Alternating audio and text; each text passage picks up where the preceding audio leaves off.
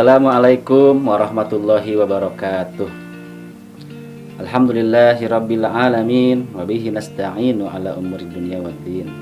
Wassalatu wassalamu ala asrofil anbiya'i wal mursalin wa ala alihi wa ashabihi ajma'in amma ba'du. Segala puji bagi Allah yang telah memberikan nikmat dan izinnya kepada kita sehingga bisa bertemu kembali dalam acara Open Day secara virtual. Salawat serta salam semoga selalu tercurah kepada junjungan kita Nabi besar Muhammad sallallahu alaihi wasallam. Ayah dan Bunda, selamat bertemu kembali dengan kami tim SD Anissa dalam acara Open Day yang kami laksanakan secara virtual. Pertama-tama, kami ingin mengucapkan terima kasih dan apresiasi yang setinggi-tingginya buat semua ayah dan bunda yang telah bekerja sama dengan sangat baik dalam mendampingi putra-putrinya dalam melaksanakan kegiatan pembelajaran jarak jauh di akhir tahun pelajaran yang lalu. Seperti kita ketahui, pandemi COVID-19 ini belum tahu sampai kapan akan berakhir. Namun proses pembelajaran buat Ananda jangan sampai berhenti. Proses pembelajaran tahun pelajaran 2020-2021 masih akan dilaksanakan secara jarak jauh. Untuk itu, sangat penting bagi kami untuk menginformasikan semua perencanaan, semua program pembelajaran jarak jauh ini kepada ayah dan bunda di awal tahun pelajaran. Ayah dan bunda, untuk itu kami akan kirimkan beberapa video Open Day virtual. Ada video parenting, ada video program pembelajaran dan sebagainya. Besar harapan kami ayah dan bunda bisa melihat, bisa menonton dan memahami isi dari video tersebut. Dan akhirnya nanti akan ada sesi dengan guru kelas secara online. Seperti yang sudah sampaikan di atas, bahwa keberhasilan proses pembelajaran jarak jauh tidak akan berjalan dengan baik tanpa dukungan dan kerjasama dari ayah dan bunda. Untuk itu, kerjasama dan komunikasi yang efektif semoga bisa terjalin sehingga kita bisa menciptakan proses pembelajaran jarak jauh yang lebih berkualitas. Demikian yang bisa saya sampaikan. Semoga tahun ini bisa lebih baik dari tahun kemarin. Mohon maaf jika ada yang kurang berkenan. Wallahu muwaffiq ila aqwamit thoriq. Wassalamualaikum warahmatullahi wabarakatuh.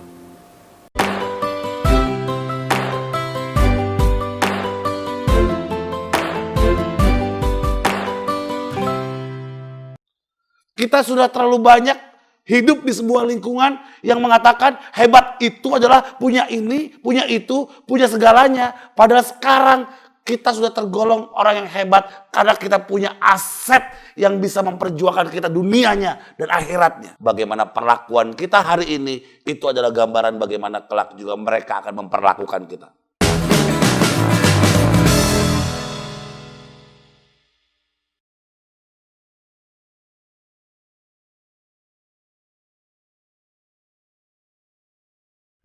Bismillahirrahmanirrahim. Assalamualaikum warahmatullahi wabarakatuh. Apa kabar para orang tua, parents terbaik untuk putra-putrinya dari SD Islam Anissa? Sehat-sehat selalu ya ayah bunda. Ada pepatah yang mengatakan bahwa wajar kalau orang tua itu mati-matian mendidik anaknya. Kenapa wajar? Karena kelak anaklah yang akan menolong kematian orang tuanya. Maka saya berdoa dari hari ini sampai kapanpun, mudah-mudahan putra-putri kita menjadi putra-putri yang layak menggandeng tangan orang tuanya kelak, mendapatkan kebaikan dunianya dan akhiratnya, bisa masuk surga insya Allah bersama anak-anaknya husnul khotimah. Amin ya Allah ya Rabbal alamin. Kita ngobrol-ngobrol santai aja ya ayah bunda, karena memang kondisi yang terus berubah seperti ini memang sudah cukup banyak membuat kita punya alasan untuk menderita. Tapi indahnya manusia itu, meskipun keadaannya bisa berpotensi bikin derita, tapi tidak semua manusia memutuskan untuk menderita. Mungkin agak sedikit filosofis. Pokoknya perjumpaan hari ini bersama ayah bunda lewat video ini adalah perjumpaan yang saya berharap bisa menjadi kebaikan untuk saya pertama kalinya dan keluarga saya, juga bisa mentransfer kebahagiaan untuk ayah bundaku tercinta dari SD An-Nisa. Alhamdulillah. Ayah bundaku sayang, kalau kita ngobrol-ngobrol sama keadaan sekarang, sebenarnya ini bentuk musibah atau sebenarnya ada satu hal yang bisa kita ambil sebagai anugerah. Keadaan mendadak di mana proses pendidikan juga mengalami perubahan yang begitu cepat mengikuti dengan keadaan yang ada. Ini tentu menimbulkan hal yang tidak nyaman di berbagai macam pihak. Bener ya? Aduh, kita beberapa waktu apalagi pertama-tama kita masih butuh adaptasi, penyesuaian. Sudahlah mungkin beberapa di antara kita diuji dengan pekerjaan, bisnis yang terhambat dan akhirnya kita harus banyak berdiam diri di rumah. Berdiam diri di rumah dengan aktivitas yang dalam tanda kutip kita merasa bahwa aktivitas kita menurun. Produktivitas kita di kantor juga tidak bisa kita maksimalkan. Terus ketemu anak setiap hari. Ketemu anak itu tiap hari. Kalau udah capek, bosan, kadang-kadang anak ngelakuin apa aja tuh katanya salah gitu. Diem salah, banyak nanya salah gitu.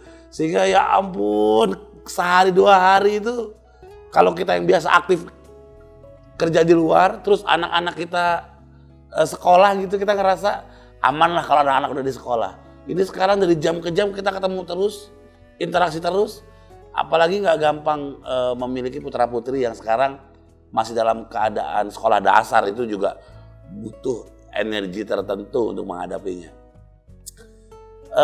Ayah bundaku sayang, hari ini kita coba ngobrol-ngobrol, berbagi apa yang bisa kita bagikan supaya kita nggak kalah sama keadaan ini. Tapi kalau boleh jujur, sebagai praktisi psikologi anak yang sudah training ratusan kali dengan putra-putri anak-anak, yang juga sudah beratus-ratus kali mengadakan training parenting bersama orang tua murid di lebih dari 800 sekolah yang alhamdulillah atas izin Allah dikaruniakan kami untuk punya pengalaman belajar dari banyak sekali pengalaman. Saya akhirnya bisa sedikit menyimpulkan hasil observasi dari jumlah pengalaman yang tidak sedikit Allah berikan. Ternyata hal yang perlu kita syukuri di keadaan sekarang ini adalah Corona, COVID-19 itu menyebabkan orang tua memahami utuh tentang fitrahnya sebagai orang tua. Akhirnya kita punya pandangan, ternyata anak gak cukup cuma kita kasih uang dan fasilitas. Iya kan? Bener dong. Ketika Corona akhirnya kita sadar bahwa ternyata keterampilan fitrah orang tua sebagai pendidik itu tetap harus menjadi kompetensi dasar kita sebagai orang tua. Karena suka nggak suka, ujung-ujungnya ketika lingkungan punya keterbatasan untuk menghandle anak-anak kita, maka kembalinya fitrah pendidik itu adalah kepada orang tua. Bisa dibayangkan ketika orang tua tidak menjalankan perannya sebagai pendidik. Mereka menganggap yang penting saya udah kerja cari duit buat anak. Sehingga mendampingi anak sebagai seorang yang mendidik, kita sering lupakan dan sering mengarahkan ini ke arah sekolah. Dengan adanya Corona, terima kasih ya Allah, satu sisi saya bersyukur karena makin banyak orang tua yang akhirnya sadar bahwa fitrahnya sebagai orang tua selain memberi nafkah adalah pemberi pendidikan buat anak-anaknya. Karena pendidikan yang paling dasar bukan di sekolah. Semahal apapun sekolah anak-anak kita, sehebat apapun guru-gurunya, tapi tetap pendidikan dasar tentang karakter dan akhlak itu tak bisa dipungkiri, tidak bisa terbentuk, tidak bisa terbangun hanya dari program sekolah. Butuh kolaborasi dengan orang tuanya. Saya sudah berkali-kali untuk menolak tawaran untuk menterapi, konseling dengan anak bermasalah di sekolah, seandainya orang tuanya sudah nyerah. Misalnya orang tuanya bilang, Karyo tolonglah Karyo anak saya diurusin lah, dibimbing, diterapi. Anak saya ampun, palesnya gitu kan, susahnya, terus delay itu apa ya? sering nunda, pokoknya aduh repot saya ngurus anak saya, tolong uruslah. Saya udah capek ngurus anak-anak saya. Terkadang saya suka bilang sama orang tua, kalau orang tuanya udah capek, saya minta maaf, saya nggak bisa bantu banyak. Karena yang sering saya lakukan adalah ketika saya mendapatkan kabar ada anak bermasalah, saya juga meng-approach orang tuanya. Yang menarik, saya jarang sekali untuk masalah anak menterapi anak secara langsung. Tapi ternyata ketika orang tuanya mengalami perubahan setelah dikonselingkan, diterapikan, ternyata perubahan orang tua itu justru signifikan membuat perubahan juga kebaikan kepada anak-anaknya. Jadi anak yang bermasalah, orang tuanya diterapi.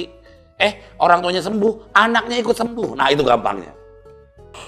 Mudah-mudahan kabar ini membuat para orang tua paham bahwa ya memang ini adalah amanah Allah yang diberikan prioritasnya kepada kita, yaitu anak-anak kita.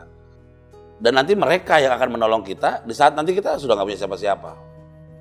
Makanya Nabi pernah mengatakan, khairukum khairun li ahlihi. Sebaik-baik orang jangan lihat sekarangnya dia punya jabatan tinggi, anak buahnya banyak, belum tentu. Karena tua nanti saat kita pensiun, orang belum tentu mau ngurusin masa tua kita.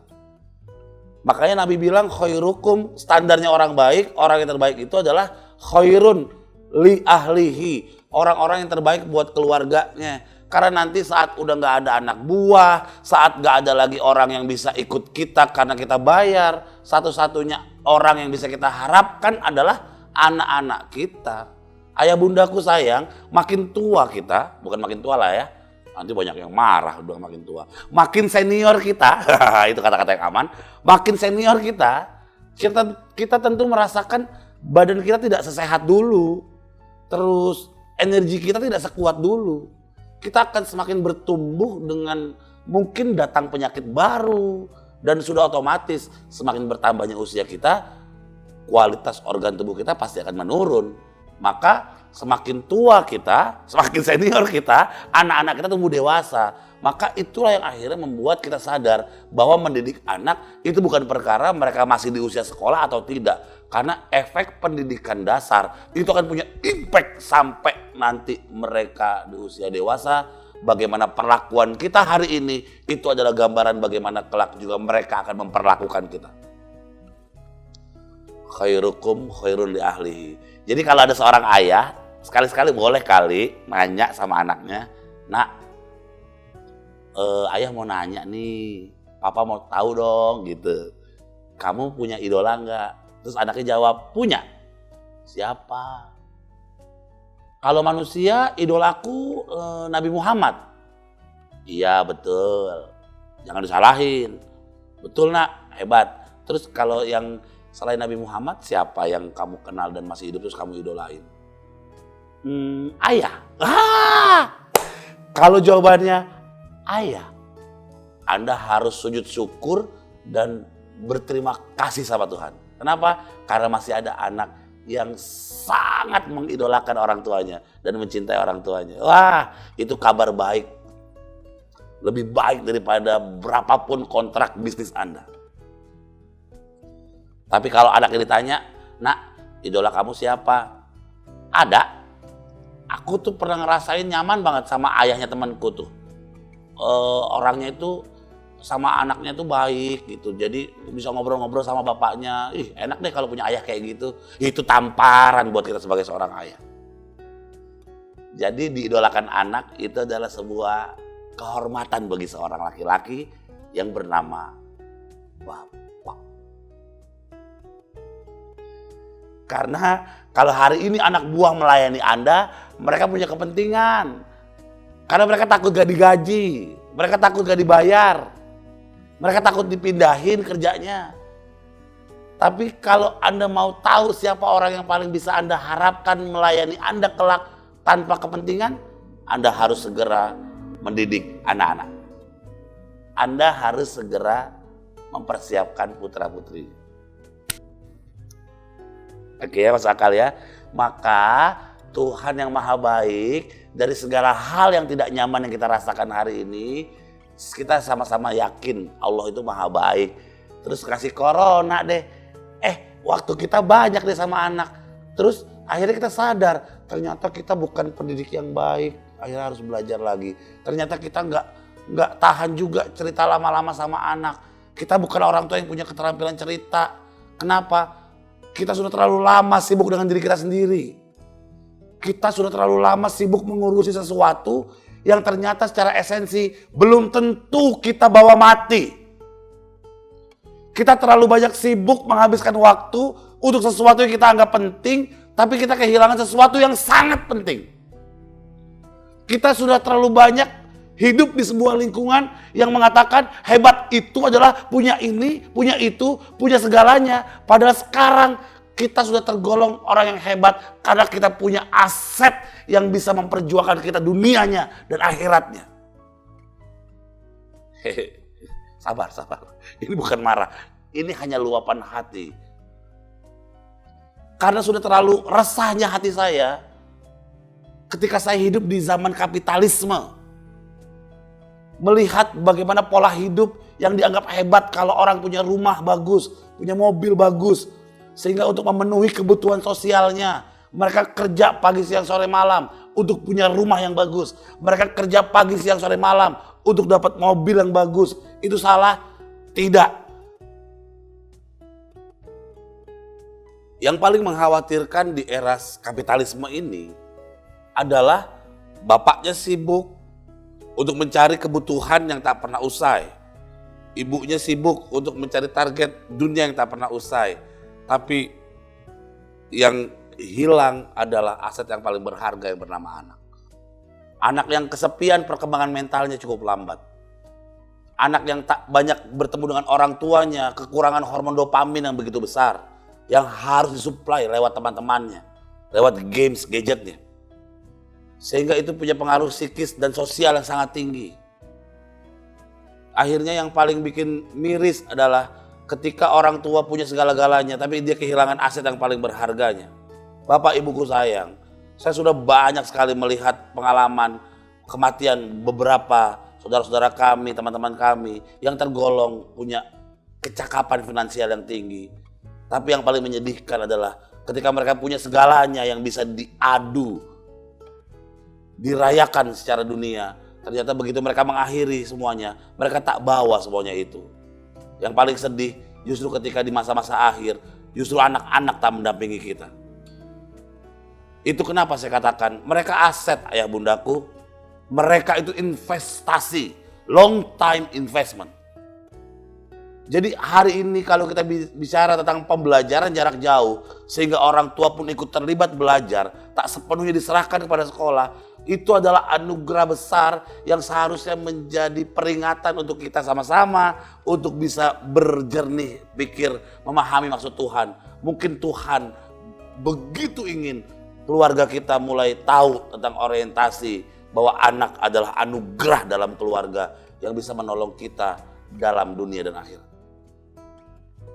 Maka tidak ada lagi sebuah pilihan, karena anak yang berkembang dengan baik adalah anak yang didampingi, bukan dengan waktu yang disisakan, tapi waktu yang disiapkan. Kalau kita ikutin kebutuhan kita, akhirnya segala-galanya kita capai. Hutang kita makin banyak, otomatis kita akan mengakibatkan banyak lagi waktu untuk keluar. Ketika waktunya makin terkorbankan lagi, ada satu yang kita tinggalkan, yaitu pendampingan terhadap anak-anak. Ada orang tua yang menarik bertanya kepada saya, "Aryo, boleh nggak sih saya punya pembantu yang sudah dari zaman kita kecil sudah mendidik kita, maksudnya sudah mendampingi kita gitu loh. Sekarang masih ikut saya dan sekarang ngurus anak-anak saya percayakan sama dia sepenuhnya."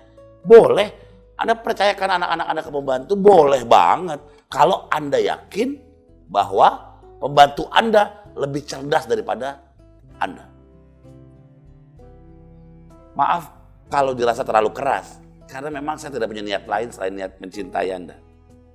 Untuk membuat Anda tidak kehilangan. Karena saya juga lahir bukan dari golongan, kalau bisa dibilang saya lahir dari keluarga yang sangat berkecukupan. Tapi satu yang hilang adalah figur ayah dalam diri saya. Hari ini saya tidak bisa menikmati uang ayah saya, meskipun dulu ayah saya tergolong orang kaya. Saya harus mulai semua dari nol. Tapi ketika ayah saya sakit, waktu itu pernah kena stroke ringan, akhirnya dia tahu bahwa yang menggandeng tangannya untuk terapi, menggandeng tangannya untuk bisa dibawa ke dokter syaraf, itu adalah anak laki-lakinya, bukan anak buahnya, bukan teman-teman kantornya. Ketika dia nggak bisa untuk merapikan kotorannya sendiri karena tangan kirinya nggak bisa bergerak sebelah badannya, dia tahu yang membersihkan kotorannya toh istrinya juga, keluarganya juga. Anak buahnya yang dulu menyembah-nyembah dia, ada? Enggak. Pengalaman saya itu akhirnya membuat saya bisa berbagi ini. Bahwa sekuat apapun kita menjadi bos di luar, tidak ada artinya kalau seandainya kita tidak dihargai oleh keluarga kita sendiri. Mudah-mudahan kalimat saya yang cukup blak-blakan ini membuat kita tidak kehilangan tidak disorientasi gitu terhadap tujuan berkeluarga, tujuan punya anak. Dan anak-anak kita adalah aset yang paling berharga. Itulah kenapa hari ini ayo kita berbagi solusi pembelajaran jarak jauh. Saya tahu Anda adalah orang yang juga ikut dalam perasaan tidak nyaman, tapi ayo berlatih supaya akhirnya Anda bisa bersinergi dengan sekolah, sehingga pembelajaran juga efektif, dibantu kontennya oleh sekolah, pendampingannya oleh orang tua. Karena anak akan mudah sekali ketika ada pendampingan. Minimal Anda nggak tahu mata pelajarannya, tapi Anda bisa buatkan es teh manis di sampingnya. Dan itu akan memacu hormon-hormon baiknya akan muncul. Oksitosin, kemudian dopamin, kemudian ada lagi oksitosin, dopamin, apa tuh yang biasanya endorfin. Itu akan keluar semuanya. Kenapa? Karena kelekatan, bonding orang tua itu melahirkan hormon-hormon yang membantu kualitas neuron saraf otaknya bisa bekerja dengan sangat baik. Bapak ibuku sayang, para orang tua, ayah bunda, maka hari ini lalu apa solusinya? Apa tipsnya? Apa yang perlu kita lakukan? Oke ya.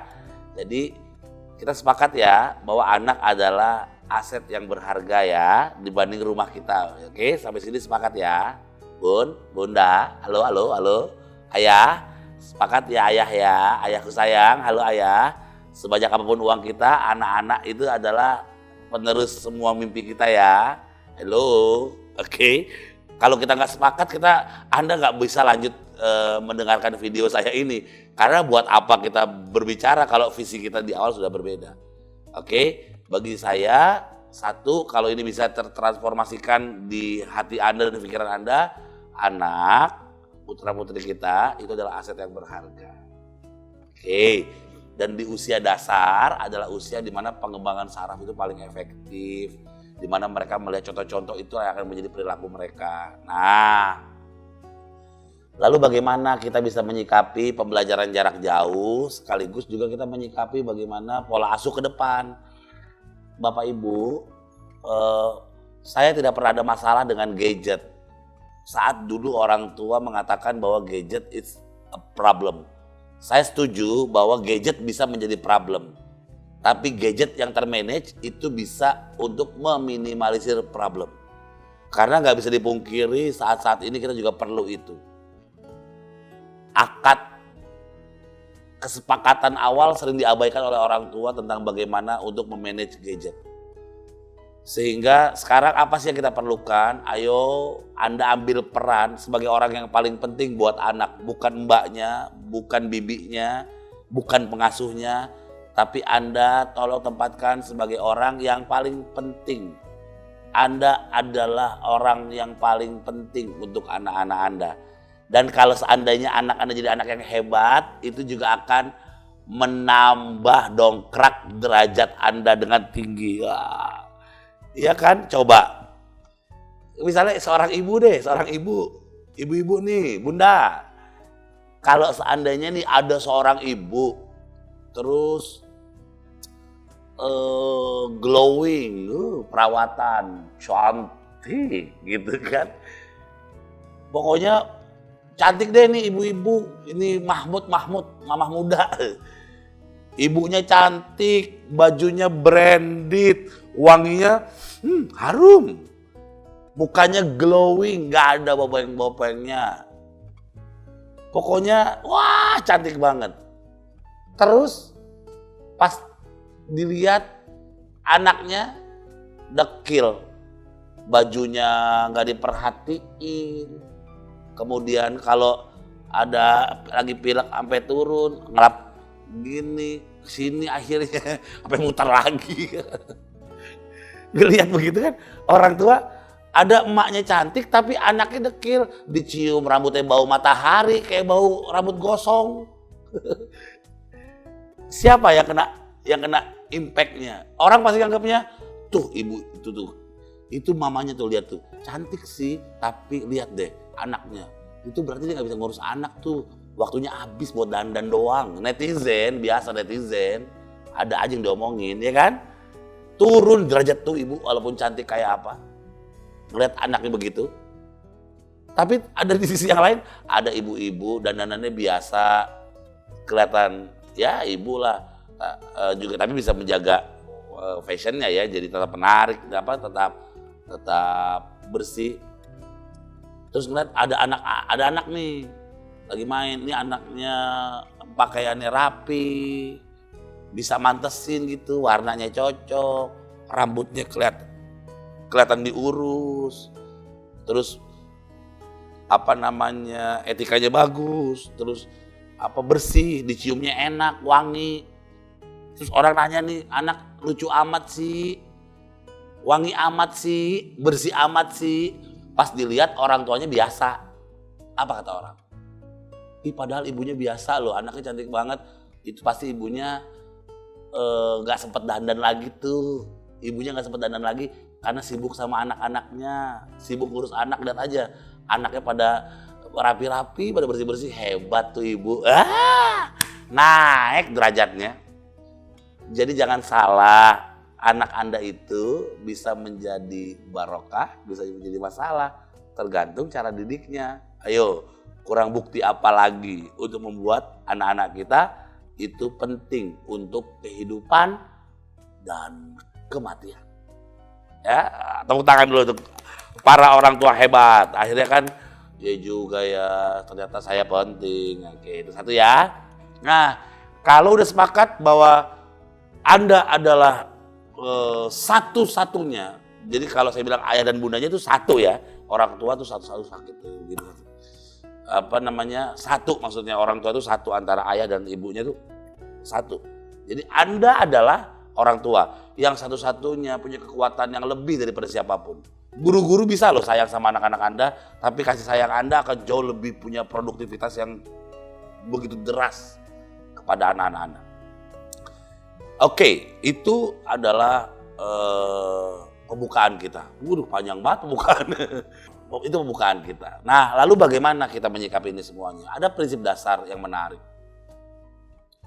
Ada prinsip dasar yang disampaikan oleh Rasulullah Muhammad SAW tentang pendidikan anak. Rasul mensunnahkan ada 3 keterampilan dasar yang perlu anak-anak kuasai. Dan itu perlu dilatihkan dengan kontribusi orang tua sebagai mentornya atau sebagai orang yang mau untuk terlibat. Yang pertama, kompetensi dasar kata Nabi, anak-anak kita harus bisa berkuda. Berkuda. Waduh, besok harus lesin berkuda di daerah Pamulang, kayaknya masih ada tuh pacuan kuda dari zaman kita muda dulu. Bukan itu maksudnya, nanti kita akan bahas ya. Yang pertama apa tadi? Berkuda. Pasti sudah kebayang ya, apa kompetensi dasar yang diinginkan Nabi yang kedua? Yaitu berenang. Berkuda, berenang. Yang ketiga, memanah. Memanah. Berkuda, berenang, memanah. BBM. Berkuda, berenang, memanah. 3 basic skill. 3 basic kompetensis untuk membangun anak yang bisa diharapkan di masa depan. Yang pertama, berkuda. Nah, kenapa Nabi nyuruh kita berkuda? Kenapa Nabi nyuruh setiap umatnya harus punya skill untuk berkuda? Tentu Nabi pengennya kita terlatih bukan sebagai kudanya kan, tapi kita sebagai joki. Joki is a leader. Dia yang menentukan arah kuda. Ke kanan, ke kiri, ke depan, mundur. Kuda bisa mundur gak ya? Emang ada gigi R-nya? Aduh, nanti dulu dah. Nanti kita riset lagi. Ke depan, ke kanan, ke kiri, itu adalah aturan dari jokinya. Sehingga seseorang yang bisa berkuda, maka dia adalah orang yang bisa mengambil keputusan, making decision. Dia bisa untuk tahu bahwa dia ngelakuin ini untuk apa, dia berbuat ke kanan untuk apa, dia mengarahkan kemana, kalau pengen cepat harus bagaimana, kalau pengen lambat harus bagaimana. Semua keputusan dia sadari, dia mau jatuh, dia mau terbalik, dia mau cepat, itu tergantung dari kompetensi seorang joki bagaimana mengendalikan kudanya. Maka skill seorang anak yang berkuda diharapkan oleh Nabi adalah skill of leadership. Skill sebagai seorang pemimpin yang bisa menentukan mau kemana dia nanti. Maka tugas orang tua adalah membentuk joki yang bisa menjadi leader atas masa depannya. Caranya bagaimana? Anda harus mulai berikan kepercayaan bahwa berdasarkan tahapan usianya, mereka bisa untuk mengemban amanah-amanah. Saya tahu Anda bisa memberikan banyak hal, tapi untuk membuat anak Anda menjadi joki, Anda perlu tahu bahwa terkadang kita tak bisa memberikan sesuatu padahal kita bisa memberikannya. Agar apa? Agar anak kita bisa berpikir, tidak mendapatkan segala dengan mudah. Sehingga dengan cara itu, mereka bisa punya critical thinking. Yang paling bahaya dari orang-orang yang bisa memberi fasilitas dengan lengkap karena punya duit, punya uang, adalah menganggap cara diterima oleh anak adalah kasih uang, kasih game yang paling mahal, kasih apa yang mereka mau, mereka akan berbalik ke kita. Iya, selama kita masih punya uang. Tapi bisa jadi penghargaan ke kita akan hilang karena mereka hanya menganggap kita adalah mesin uang mereka. Tanpa melatih tanggung jawab mereka menjadi pemimpin atas kehidupannya. Maka PJJ ini perlu pendampingan. Tapi Anda nggak boleh untuk membantu mereka menjawab soal-soalnya hanya cari gampang. Kalau pengen anaknya menjadi joki dan seorang leader, orang tua perlu untuk memberitahu bagaimana cara untuk naik kuda dan menjalankannya. Orang tua perlu mendampingi anak-anaknya. Tapi orang tua harus beri kepercayaan meskipun dia bisa bantu banyak hal, tapi dia perlu tahu bahwa anak akan punya keterampilan kalau dia melakukannya sendiri. Dan kita mendampingi untuk memberikan feedback apa yang masih perlu dia perbaiki. Skill of leadership. Latihannya saat PJJ dengan cara apa? Dampingi, tanya. Ya, kalau kita nggak ngerti tanya juga. Ya, bunda juga nggak ngerti. Dari mana kakak carinya coba kak? Kalau kita buka Google, kita kata kuncinya apa kak? Biar bisa menjawab itu. Jangan begitu anaknya nanya, udah sini, bunda aja ngerjain lah, kamu ribet. Anda bisa mengerjakan soal-soal anak-anak Anda, nilainya bisa bagus. Tapi yang hancur adalah bangunan kepemimpinan dirinya. Jadi jangan sampai PJJ ini orang tuanya juga sibuk untuk menjawab soal-soal. Tapi orang tua bisa mengingatkan, sudah nak, apa yang bisa bunda bantu?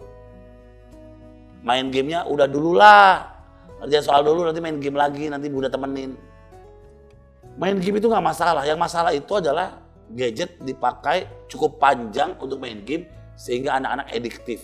Yang berbahaya dari gadget bukan gadgetnya, tapi pengaruh dan impact adiktifnya, ketergantungannya. Jangankan gadget, apapun berbahaya kalau sudah ketergantungan terlalu berlebihan. Betul ya Bapak Ibu ya? Nah, dengan cara apa itu semuanya? Kita bisa melebur untuk memahami itu semuanya. Belajar pelan-pelan dunia anak. Yang pertama berkuda, melatih sense of leadership. Di rumah adalah strategi. Di rumah ada Anda punya waktu banyak untuk melatih itu. Gak dikit-dikit diperbolehkan teriak, Mbak. Mau minum aja teriak, Mbak. Latih anak-anak untuk bergerak sendiri. Karena pembantu di rumah dibayar bukan untuk melayanimu, tapi untuk membantu kita semuanya dan hargai mereka. Itulah latihan leadership. Dan ini gak akan berjalan kalau kita gak punya waktu untuk mendampingi mereka. Berkuda, berenang. Berenang latihan apa? Latihan survival. Berenang adalah seni keterampilan skill. Keterampilan skill. Berenang itu gak bisa modalnya cuma knowledge, pengetahuan. Dia harus pengalaman. Ngajarin berenang cuma teori, tangannya ke depan, gaya bebas. Iya. Tapi kagak nyebur-nyebur, kagak bakal bisa. Meskipun hatam baca buku tentang berenang. Cara paling gampang berenang gimana? Ngajarinnya? Cemplungin. Nah, jadi kalau ngeliat anaknya udah mulai stres, udah mulai apa, jangan langsung ambil tugasnya, tapi relax dulu. Kayak kalau lagi berenang cemplungin, udah baru kita angkat lagi, istirahat dulu. Nah, itu tugas orang tua mendampingi. Aduh, anak bunda lagi capek belajar, minum dulu nih, ada es teh manis buatan bunda. Bunda aduk langsung pakai tangan bunda, wah gitu. Ayahnya pulang, waduh anak ayah capek, sinilah peluk dulu gitu. Wah, kalau anaknya mau dipeluk, hebat itu. Tapi kalau misalnya habis denger video saya, tiba-tiba Anda mau coba nih, mana anak ayah, coba peluk, tiba-tiba anaknya bilang, hah? Ayah kenapa nih? Ayahku berubah mah, aneh mah. Jangan-jangan ayah kesurupan. Itu berarti Anda nggak biasa. Itu berarti Anda nggak biasa. Masalahnya bukan Anda nggak mau, tapi Anda hanya tidak terbiasa. Berarti terus biasakan biar anak terbiasa. Ya, jangan langsung down bilang, tuh kan anak-anak saya emang nggak mau dipeluk, nggak mau diperhatiin. Bukan nggak mau diperhatiin, kaget. Jarang-jarang diperhatiin, tiba-tiba pengen peluk. Ya ayah kita kenapa ini tiba-tiba berubah kan gitu ya. Pelan-pelan, tapi terus konsisten saja dengan perubahannya. Lama-lama anak terbiasa dengan hal yang baru. New normal, woi mantap. Berenang, jadi libatkan mereka. Jadi jangan terus ambil, ada yang handle. Ini kadang-kadang anak yang sekolah, maknya yang repot segala macam. Beritahu tanggung jawab mereka apa, karena mereka sudah SD. Oke, kalau tahapan anak-anak itu makanya dari mulai kecil anak itu kata Ali bin Abi Thalib, jadikan mereka raja. Makanya saat sudah SD itu saatnya mereka menjadi tawanan perang. Tapi jangan coba-coba mereka diperlakukan tawanan perang kalau kecilnya belum pernah merasa jadi raja. Kenapa kecil jadi raja? Karena waktu anak masih kecil, di usia dini, semua perlakuan kita itu menjadi pembelajaran buat anak. Anak mau minum kita ambilin, kita layani, raja. Sehingga dia belajar, bukan marah, gak ada anak kecil tiba-tiba kita layanin, dia bilang, wes, suatu hari nanti saya akan perbudak orang tua saya. Kagak ada sejarahnya bu, pak. Justru gara-gara kita layani, dia mikir, oh ini caranya berinteraksi dengan orang. Melayani dengan baik, bahasa dia santun. Makanya perkembangan mentalnya agak bermasalah. Kalau dari kecil sudah mulai sering dibentak, jarang diajak ngobrol, jarang dipeluk. Bahkan Discovery merilis sebuah penelitian.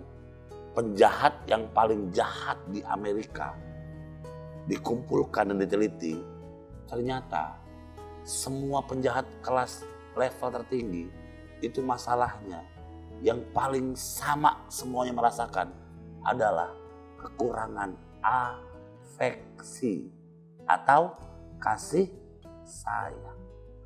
Kurang disentuh, kurang dilibatkan, kurang ditanya, seringnya dihakimi. Anak belum ngomong, kita udah banyak omong, jarang didengerin apa maunya. Sekarang makin banyak tuh anak yang memiliki masa kecil yang kurang sentuhan. Kenapa? Karena banyak orang tuanya udah capek. Kasihan anak-anaknya. Tapi di SD Anissa kayaknya nggak ada ya, baik-baik semua orang tuanya ya. Penglihatan saya sih begitu. Meskipun penglihatan saya sering salah. Baik-baik lah insya Allah doa saya. Sekalipun salah insya Allah ke depannya baik ya ayah bunda ya. Tapi logikanya begini. Anak-anak itu melihat, mendengar, merasa. Makanya kekurangan bangunan fondasi kasih sayang di masa kecilnya, di masa SD-nya itu berpengaruh banget di masa tuanya. Makanya perlakukan mereka sebagai raja itu adalah kalimat Ali bin Abi Thalib, sahabat Nabi yang terkenal paling pintar. Baru setelah itu tahapan berikutnya boleh, udah masuk SD itu boleh jadi tawanan. Tawanan juga dalam konsep Islam, itu tawanan itu diservis juga. Tapi sudah diberikan tanggung jawab juga. Kalau kamu adalah tawanan perang, ada hak dan kewajiban. Jadi mulai diajarkan tentang anak-anak bahwa ini kasur kamu. Sprek punya mama tapi dipergunakan untuk kamu. Kalau nggak rapi maka kamu yang rugi. Rapiin nak, mama contohkan dulu pertama, kedua. Berikutnya kalau nggak mau rapi juga, ya kita bisa ambil treatment yang lebih tegas. Misalnya 1 hari kita tidak kasih sprek kasurnya, baru dia mikir, ternyata nggak enak, gatal-gatal gitu loh, baru dia jaga. Kadang-kadang kan kita kan marah juga, tapi dibersihin juga sambil marah-marah. Kamu itu udah SD, bersihin kayak gini aja nggak bisa, tapi kita bersihin. Kata anaknya udah biar aja ngomel-ngomel, ntar juga kamar kita bersih. Ya, jadi ayolah, udah mulai latihan anaknya udah jadi berenang, libatkan mereka. Kalau memang Anda ingin membentuk sesuatu karakter dari mereka, biarkan mereka lakukan itu. Kadang-kadang kita emang sering nggak tega, aduh bisa nggak ya gitu. Saya ngerti, tapi agak kesel kadang-kadang kalau lagi nyelenggarain LDK, terus ada ibunya yang bawa bantalnya khusus, takut ada apa, udah tenang aja. Di situ mereka belajar karakter. Selama sekolahnya juga memberikan jaminan tentang safe, tidak ada bullying verbal atau bullying fisikal. Aman-aman aja, masalah berantem sama temennya, jangan kita yang repot, kita tenang aja sebagai orang tua. Tapi sesama orang tua jangan berantem juga, ini kadang-kadang anak yang berantem, orang tuanya berantem juga, aduh bagaimana caranya. Tapi kita yang mengajari tentang value hidup itu, ya. Makanya kenapa sunnahnya Nabi itu berenang sebagai kompetensi. Karena berenang itu adalah seni mempertahankan hidup lewat pengalaman langsung. Karena orang yang bisa berenang adalah orang yang nyemplung, bukan orang yang baca buku tentang berenang. Yang ketiga, berkuda, berenang, memanah. Nah, memanah itu adalah seni tanggung jawab. Tanggung jawab itu maksudnya apa? Kalau nariknya kencang, mentalnya jauh. Nariknya dikit, mentalnya dikit. Jadi itu adalah resiko hubungan timbal balik. Sebab dan akibat.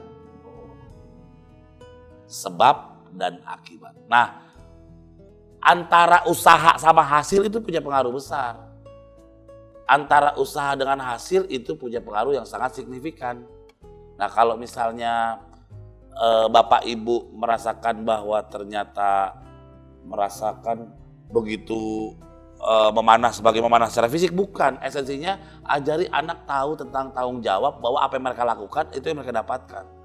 Kadang-kadang ada sedikit konsekuensi yang kita berikan, bukan hukuman tapi konsekuensi. Kadang-kadang kita sendiri yang sering gak konsekuen dengan anak, sehingga anak juga belajar gak konsekuen. Kita larang anak main handphone, kita main handphone depan anak. Kita gak suka anak kita tegur, nah jangan kalau dibilang itu dengerin. Tapi berapa sering juga orang tua pas anak lagi ngomong malah sibuk juga main handphone. Ayo konsekuen, konsisten, seperti halnya memanah. Apa yang Anda berikan itu yang Anda dapatkan. Hukum kekekalan energi. Apa yang Anda berikan itu yang akan Anda dapatkan. Maka 3 kompetensi dasar ini, berkuda sebagai seni kepemimpinan, berenang sebagai survival, yang ketiga memanah sebagai seni hubungan kausalitas. Anak tahu konsekuensi bahwa ada sebab pasti ada akibat. Kalau berani melakukan sebabnya, maka berani melakukan akibat. Jangan terus-terusan di backing terus. Dia harus tahu semua kelakuannya akan balik ke diri dia sendiri. Jangan selalu membayang-bayangi anak hanya gara-gara takut. Boleh ketakutan sebagai kewaspadaan, tapi jangan sampai gara-gara ketakutan Anda tak membiarkan anak Anda berkembang secara mental. Maka saatnya pembelajaran jarak jauh adalah saatnya di mana pendampingan bukan berarti menggagalkan pola mental mereka. Anda tugasnya mendampingi, mencontohkan, memberikan kenyamanan, memberikan anak itu semangat ketika anak sudah mulai down. Belajar online gak enak ya? Bilang aja, iya, tapi gak ada pilihan yang lain. Kenapa gak enaknya? Dengerin. Dari situ kita bisa tahu bagaimana solusi menghadapinya. Ya udah, kan nanti ada videonya, nak. Kamu kapan nyaman belajarnya? Mama temenin, bunda temenin, ayah temenin. Nanti kalau belajar video itu, kalau nggak ngerti, Kita tonton aja ulang-ulang. Berarti online itu enaknya kalau pas guru di kelas ngajar sekali kita nggak ngerti, kita nggak bisa ulang. Tapi kalau online bisa ulang-ulang ya. Cari banyak sekali alasan untuk membuat anak bisa menerima. Jangan ngomong depan anak malah bilang ribet online ini, ribet online ini. Ya anaknya down. Kalau ada sesuatu yang pengen Anda sampaikan, sampaikan aja bersama suami. Terakhir sebagai penutup, saya ingin sampaikan pengalaman saya dengan ibu saya. Saya memang tidak dekat dengan ayah, sangat tidak dekat. Tapi ibu saya punya peran double sebagai seorang bapak dan sebagai seorang ibu. Suatu saat ketika kami dewasa, kami ditanya oleh mama. Saya manggilnya mama. Rio, saya Rio, kakak saya Ria. Kami dua bersaudara. Rio sama Ria sinilah nak, ngobrol. Saat itu kakak saya sudah berkeluarga. Sekarang juga saya sudah berkeluarga gitu. Terus ditanya, kamu tahu nggak, kata mama saya, kamu berdua itu pinter-pinter loh. Kakak saya bilang, iya sih tahu gitu kan. Kita terbiasa terbuka ya. Jadi kalau ngobrol tuh kayak, kalau saya malah jawabnya, ya tahu lah gitu. Ya tahu lah dari kecil aku pinter mah aku tahu. Kalau nilai Kak Arya lebih pinter, lebih tinggi-tinggi. Dia di UI. Kalau saya nggak dapet UI dulu. Jadi secara akademis saya nggak lebih pintar, tapi kalau dibilang, mama saya bilang, kamu tahu nggak kalau kamu berdua itu pintar-pintar? Saya sadar saya pintar, ya kan? Ayah bunda lihat nggak kalau saya pintar? Lihat kan? Pintar kan? Iya. Kakak saya juga pintar dengan bidang yang berbeda. Terus ibu saya bilang, tahu nggak kenapa Rio pintar, Ria pintar? Kakak saya bilang, ya kita kan berproses, Mam, belajar, sekolah, nyelesain banyak hal, pengalaman hidup kita, itu yang bikin kita berhasil, pintar. Kalau saya bilang kakak saya agak tipikal, agak sedikit detail jawabnya. Kalau saya lebih simpel. Kalau Rio, kenapa nak kamu tahu kalau kamu tuh pintar? Dan kenapa kamu pintar? Saya bilang, ya bakat. Saya bilang. dengan muka agak santai, bakat. Emang udah berbakat susah mah. Mau diapain tetap pintar. Ibu saya nih, nyokap kita nih, cuma senyum-senyum aja. Bukan. Kamu pintar bukan karena pelajaran-pelajaran yang kamu pelajari saja. Itu alasan yang masuk akal. Tapi bagi mama, bukan itu alasan yang paling utama membuat kamu berdua pintar. Terus apa, Mam? Ibu saya dengan tenang bilang, Mama, dari mulai kamu kecil sampai kamu dewasa dan berkeluarga saat ini, hal yang tak pernah Mama lakukan adalah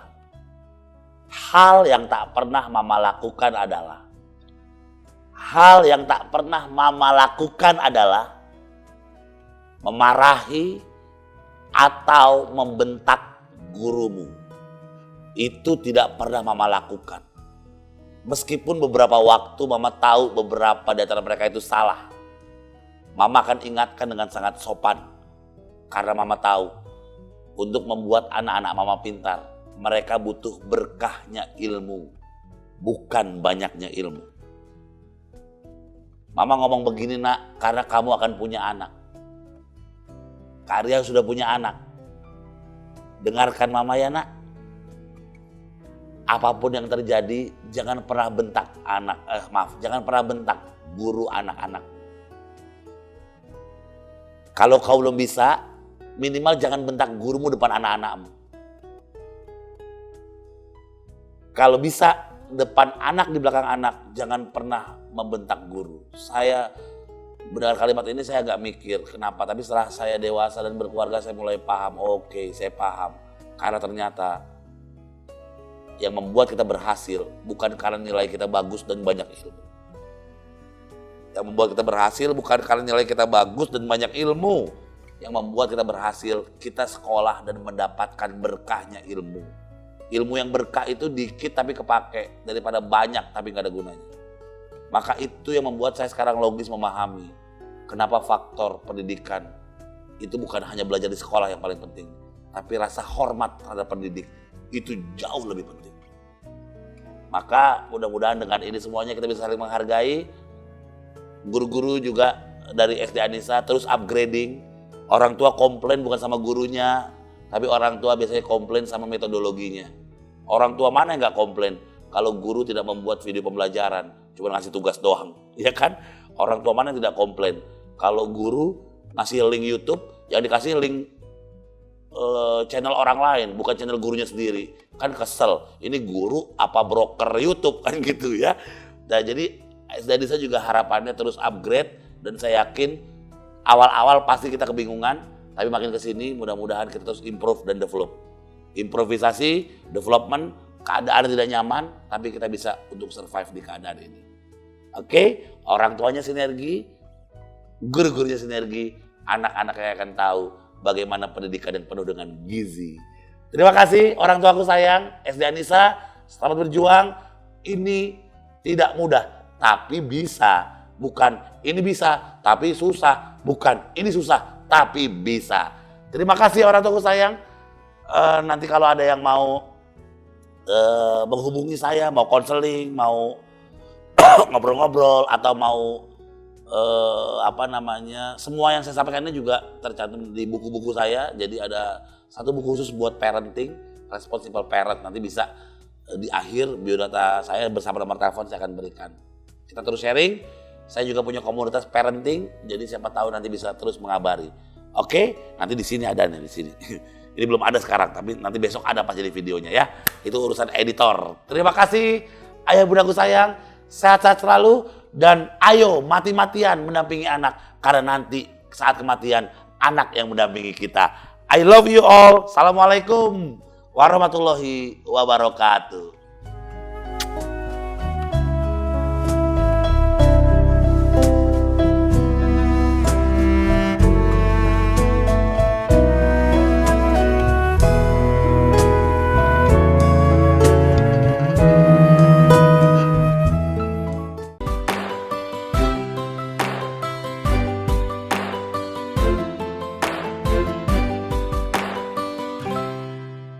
Bismillahirrahmanirrahim. Assalamualaikum warahmatullahi wabarakatuh. Alhamdulillahirabbil alamin. Kita bisa bertemu kembali ayah dan bunda. Bagaimana kabar semuanya? Mudah-mudahan semuanya sehat walafiat. Baik ayah dan bunda, hari ini perkenankan saya sedikit menjelaskan kegiatan-kegiatan yang akan dilakukan Ananda selama 1 tahun ke depan di tahun ajaran 2020 sampai 2021.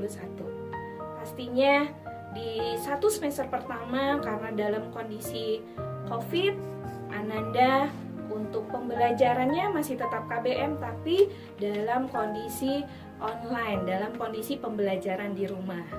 Jadi untuk kegiatannya tidak mengurangi dari esensi, tidak mengurangi dari tujuan pembelajaran. Insya Allah teman-teman semua, bapak ibu guru di sekolah sudah menyiapkan semua strategi-strategi pembelajarannya untuk semakin meningkatkan, menumbuhkan kemampuan-kemampuan yang dimiliki oleh Ananda semuanya di rumah. Untuk 1 semester ke depan ini ada beberapa program-program kegiatan harian yang meningkatkan titik-titik sikap-sikap kemampuan-kemampuan Ananda. Yang pertama adalah ada di kegiatan pagi nanti studi literasi.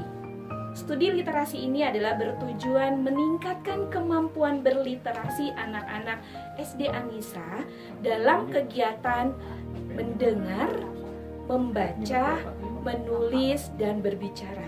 Mudah-mudahan dengan adanya kegiatan studi literasi ini, kemampuan memahami bacaan, kemampuan anak-anak berbicara, kemampuan anak mendengar semakin keasah, semakin meningkat kemampuannya.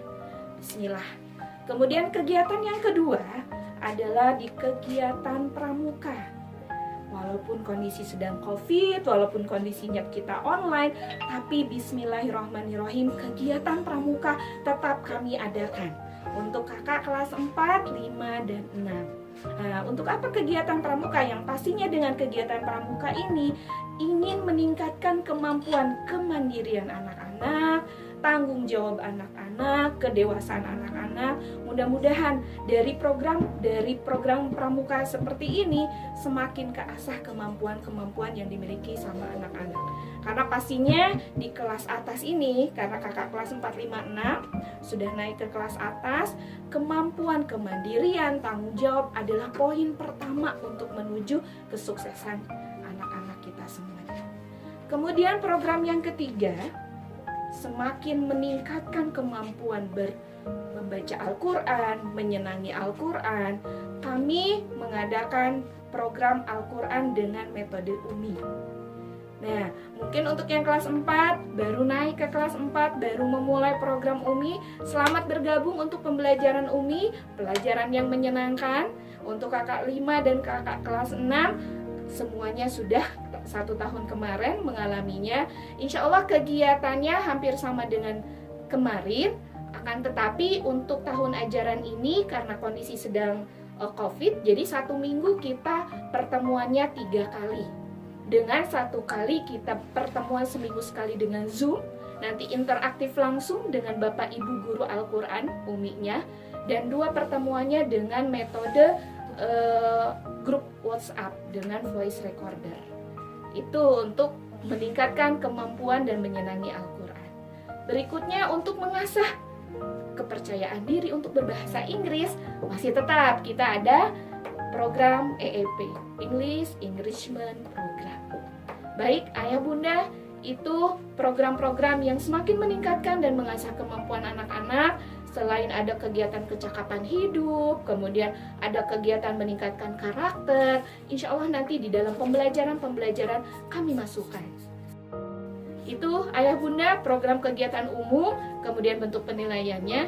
Nah, sekarang masuk ke program pembelajaran bagaimana yang di kelas dan di levelnya. Nah, untuk program pembelajaran ini saya serahkan langsung kepada teman-teman yang ada di level. Demikian dari saya, mohon maaf lahir dan batin. Wassalamualaikum warahmatullahi wabarakatuh.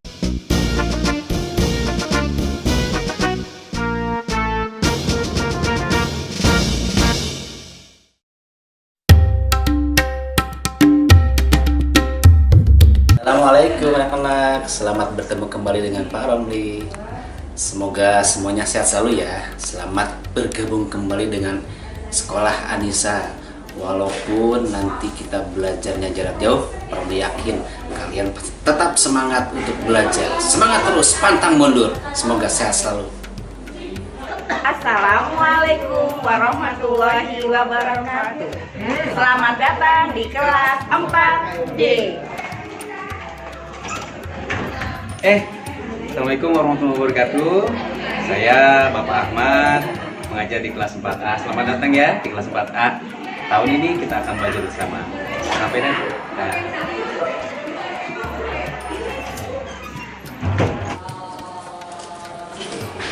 Assalamualaikum warahmatullahi wabarakatuh. Selamat datang di SD Anissa di kelas 4H bersama Miss Hera dan Pak Tony. tetap semangat dan ceria. Assalamualaikum warahmatullahi wabarakatuh. Ketemu lagi dengan Pak Gunawan, operator UMI di SD Anissa level 4, 5, dan 6. Semuanya tetap semangat dan dimudahkan dalam belajar Qur'annya. Semangat! Bu, apa kabar? Semoga selalu sehat ya. Anak-anak udah naik kelas ya.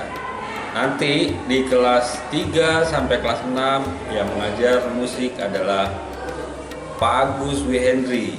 Hai, apa kabar? Assalamualaikum. Nanti ketemu Miss Rini untuk belajar komputer di level 3 sampai 6 ya. Apa kabar semua? Nanti di olahraga ketemu sama Pola ya. Kelas 3, 4, 5, 6. Sampai jumpa di ajaran baru. Hello everyone, back with Miss Dani here. Remember me? I am your EEP teacher, English Enrichment Program. So this year I'm back for you. Assalamualaikum leaders. With me again with Miss Maya. Do you know what? I'm going to teach you in grade 4, 5, and 6. Okay, what lesson? You know me? English of course. Bye, see you in the classroom. Assalamualaikum leader. Ahlan wa sahlan. Insya Allah kamu akan belajar agama bersama Miss Nana. Salam sehat selalu ya, tetap semangat. Hai, nanti kalau butuh apa-apa bisa hubungi saya Pak Hairul di sini akan membantu administrasi kamu semua. Terima kasih.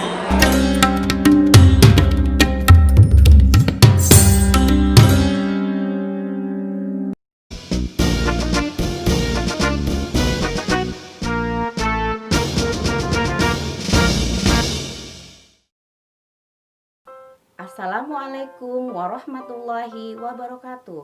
Halo, apa kabar ayah dan bunda? Hari ini saya akan menjelaskan mengenai program pengajaran kelas 4. Untuk program pengajaran kelas 4 terdiri atas 5 buah tema. Yang pertama adalah indahnya kebersamaan. Yang kedua adalah selalu berhemat energi. Yang ketiga adalah peduli makhluk hidup. Yang keempat adalah pekerjaan. Yang kelima adalah pahlawanku. Dari masing-masing tema tersebut dibagi lagi menjadi bagian subtema kecil. Subtema untuk tema indahnya kebersamaan adalah keberagaman budaya bangsaku. Nah, dari subtema ini terbagi lagi atas muatan-muatan mata pelajaran, ya. Muatan pelajaran PKN, IPS, IPA, Bahasa Indonesia, PKN, dan Matematika. Nah, di sini dari subtema yang pertama adalah keragaman budaya bangsaku. Itu termasuk ke dalam muatan IPS. Nah, di situ siswa akan mempelajari tentang keberagaman. Mulai dari rumah adat, tarian tradisional, maupun alat musik. Yang berikutnya adalah muatan bahasa Indonesia. Target kita di sini adalah siswa mengenal mengenai gagasan pokok pendukung pada suatu paragraf. Kemudian yang berikutnya untuk muatan IPA, di sini kita akan belajar mengenai bunyi, sumber bunyi, serta perambatan. Di sini lebih kepada kita akan mengajarkan percobaan IPA. Kemudian untuk muatan PKN sendiri itu terdiri dari sikap persatuan dalam keragaman. Jadi siswa diajak untuk berdiskusi bagaimana persatuan itu bisa kita timbulkan. Untuk SBDP diharapkan siswa dapat melakukan gerakan tari saman. Oke, untuk subtema 2 yaitu kebersamaan dalam keberagaman. Yang pertama adalah diskusi kerjasama dalam keberagaman. Itu untuk muatan PKN. Kemudian identitas suku bangsa di Indonesia.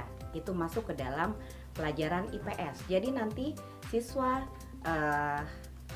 akan bertanya kepada orang tua mengenai asal, suku, dan daerah masing-masing. Kemudian berikutnya, gagasan pokok dan penjelas dalam bahasa Indonesia. Kemudian yang terakhir adalah muatan IPA. Muatan IPA di sini kita akan belajar mengenai alat pendengaran atau telinga. Jadi nanti siswa akan memahami bagaimana bagian-bagian telinga, dimulai dari daun telinga sampai nanti ke bagian terakhir sampai sinyal-sinyal dapat terkirim ke otak. Subtema 3, bersyukur atas keberagaman. Untuk muatan PKN, di sini kita akan belajar bagaimana menjaga kerukunan beragama. Berikutnya untuk IPS, kita akan belajar mengenai rumah, makanan, dan bahasa. Biasanya nanti di sini siswa akan membuat gambar-gambar, kemudian siswa akan mempresentasikan. Kemudian yang berikutnya adalah langkah-langkah membuat ringkasan. Itu ada dalam muatan bahasa. Kemudian tematik IPA. Di sini akan ada pemantulan dan penyerapan bunyi. Untuk matematika sendiri merupakan suatu bagian yang terpisah dari pelajaran tematik tadi. Di sini yang menjadi target kita adalah penjumlahan, pengurangan, perkalian, pembagian, dan nanti ada lagi di tema berikutnya, tema 2 itu, yaitu kita akan mempelajari juga yang namanya pecahan. Selain program pengajaran tadi, ada juga program pengajaran kelas 4. Yang pertama adalah pramuka, yang kedua adalah UMI. UMI ini adalah penggantinya tahfiz Quran. Yang ketiga adanya life skill atau kecakapan hidup. Kemudian ada narasumber, dan yang terakhir ada studi literasi. Selanjutnya kita akan bahas mengenai program bidang studi. Pertama, kita akan bahas dari bidang studi seni musik. Dalam muatan seni musik ini, nanti kita akan mempraktekkan ada 3 lagu, yaitu 1. Tasku yang baru, 2. Ambilkan bulan, 3. Twinkle Twinkle Little Star. Di level 4 ini, alat yang digunakan untuk muatan bidang studi musik yaitu adalah recorder. Jadi diharapkan pada muatan seni musik ini siswa mampu memainkan recorder dengan ketepatan melodi lagu tersebut. Selanjutnya kita akan ke bidang studi olahraga. Di dalam muatan olahraga ini kita akan belajar yaitu pertama bulu tangkis, kedua running ABC, ketiga atletik, keempat kasti, kelima senam lantai, dan ada atletik di akhir semester. Selanjutnya adalah kita akan beralih ke bidang studi komputer. Di bidang studi komputer ini, anak-anak level 4 akan belajar pertama, pengolahan kata dengan Microsoft Office Word. Kedua, Scratch. Ketiga, pengolahan presentasi dengan Microsoft Office PowerPoint. Sekarang, kita akan masuk di muatan bidang studi agama Islam. Di dalam muatan bidang studi agama Islam, banyak akan kita temui materi-materi seperti berikut. Pertama, iman kepada Allah. Kedua, iman kepada Rasul. Ketiga, surat Al-Lail. Nanti di sini anak-anak membaca dan mengetahui kandungan dari surat tersebut. Keempat, surat Al-Falaq. Kelima, sikap jujur dan amanah. Keenam, sikap hormat dan patuh kepada orang tua dan guru. Ketujuh, macam-macam hadas. Kedelapan, tata cara tayamum. 9, praktek bersuci dari hadas kecil. Dan yang terakhir yaitu kisah Nabi Muhammad SAW. Pada saat anak-anak melakukan kegiatan di muatan bidang studi agama Islam, anak-anak diharapkan wajib bagi untuk anak laki-laki memakai peci. Untuk anak perempuan wajib menggunakan jilbab. Berikutnya adalah muatan bidang studi bahasa Inggris. Dalam pembelajaran bahasa Inggris ini kita akan menggunakan student book dan workbook dari Hangout. Di Open Day ini, saya akan menerangkan bentuk penilaian yang akan kita lakukan di semester 1 di kelas 4 ini. Ada 4 penilaian, bentuk penilaian akan kita ambil. Yang pertama, penilaian project. Penilaian project ini dilakukan apabila ada suatu pelajaran atau tugas yang diberikan, baik berupa keterampilan maupun pengetahuan. Bisa dilakukan di sekolah maupun di rumah. Bentuk penilaian yang kedua yaitu berupa tugas-tugas. Tugas ini juga dilakukan dalam bentuk bisa jadi pengetahuan ataupun keterampilan yang berhubungan dengan materi pelajaran yang sedang kita pelajari. Bentuk penilaian yang ketiga yaitu penilaian harian atau PH. Di semester 1 kita rencanakan untuk PH kita akan melakukan sebanyak 5 atau 4 PH, tergantung dari situasi dan kondisi setelah pembelajaran yang kita lakukan melalui buku tematik di kelas 4. Dan penilaian terakhir yaitu PKK atau penilaian kenaikan kelas. Penilaian PKK dilakukan di akhir-akhir semester. Ini dilakukan untuk menentukan penilaian di semester akhir untuk mendapatkan nilai kelayakan kenaikan kelas.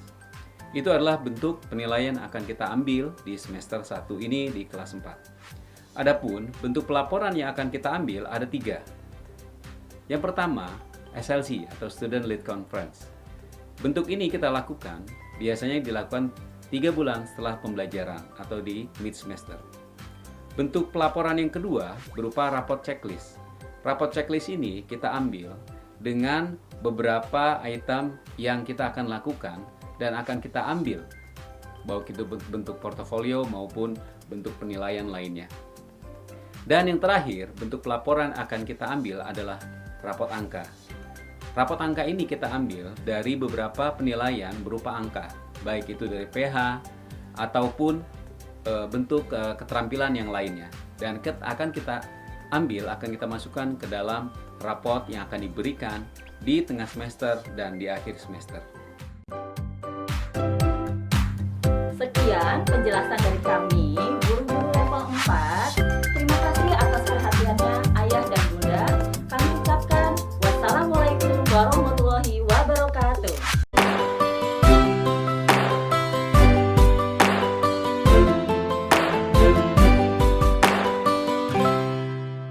Bismillahirrahmanirrahim. Assalamualaikum warahmatullahi wabarakatuh. Senang rasanya bisa bertemu kembali dengan Ayah dan Bunda. Ayah dan Bunda, izinkan saya menyampaikan informasi seputar kesiswaan. Kegiatan pembelajaran jarak jauh dilakukan setiap hari mulai hari Senin sampai dengan hari Jumat mulai pukul 8 pagi sampai pukul 12 siang.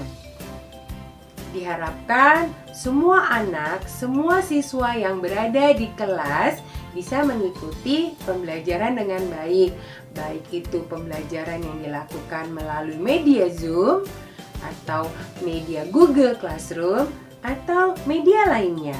Saat pembelajaran jarak jauh, anak-anak tetap menggunakan seragam sekolah sesuai jadwal pelajaran yang sudah diberikan di masing-masing kelas atau masing-masing level. Untuk siswa kelas 1 dan kelas 2, tahun ini belum ada kegiatan pramuka. Akan tetapi, setiap hari Rabu tetap memakai seragam pramuka. Sedangkan untuk kakak kelas 3, 4, 5, dan 6 memakai seragam pramuka sesuai jadwal yang diberikan.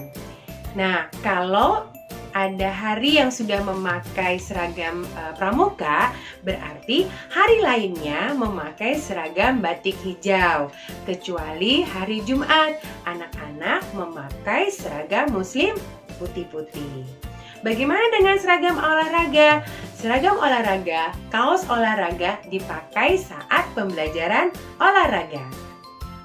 Selanjutnya, yang juga harus diperhatikan oleh Ananda selama kegiatan PJJ adalah kebersihan diri, yaitu kebersihan rambut, kebersihan kuku, kuku tangan, kuku kaki. Jangan lupa juga kebersihan telinga. Untuk tahun ini, karena kita belajar jarak jauh, pembelajaran dengan online, maka kegiatan ekskul ditiadakan. Untuk mengembangkan minat dan bakat anak-anak di bidang IPA dan matematika, SD Anissa, khususnya di program kesiswaan, memiliki salah satu program unggulan yaitu Club Science. Club Science ini terdiri dari 2 mata pelajaran, yaitu mata pelajaran IPA dan mata pelajaran matematika. Tahun ini yang berkesempatan bergabung di Club Science SD Anissa adalah adik-adik kelas 4. Sedangkan kakak kelas 5 dan 6 masih mengikuti tim yang tahun sebelumnya. Bagaimana caranya untuk bergabung di Club Science SD Anissa? Ada beberapa tahapan yang harus dilalui oleh siswa. Yang pertama, pastinya memiliki minat dan bakat di bidang IPA atau matematika. Jadi, khusus siswa kelas 4 boleh memilih salah satu minat bakat yang ingin dikembangkan. mau memilih IPA atau mau memilih matematika. Setelah itu akan ada tahap seleksi. Nanti tim kesiswaan akan memberikan soal, kemudian soalnya boleh diisi, dikerjakan. Setelah dikerjakan, maka akan diperiksa oleh tim panitia. Tiap kelas hanya dipilih 5 siswa. 5 siswa nilai terbaik di bidang IPA dan 5 siswa terbaik di bidang matematika. Terima kasih Ayah dan Bunda sudah mengikuti kegiatan Open Day virtual. Atas nama seluruh tim SD Anissa, kami mengucapkan terima kasih. Wassalamualaikum warahmatullahi wabarakatuh.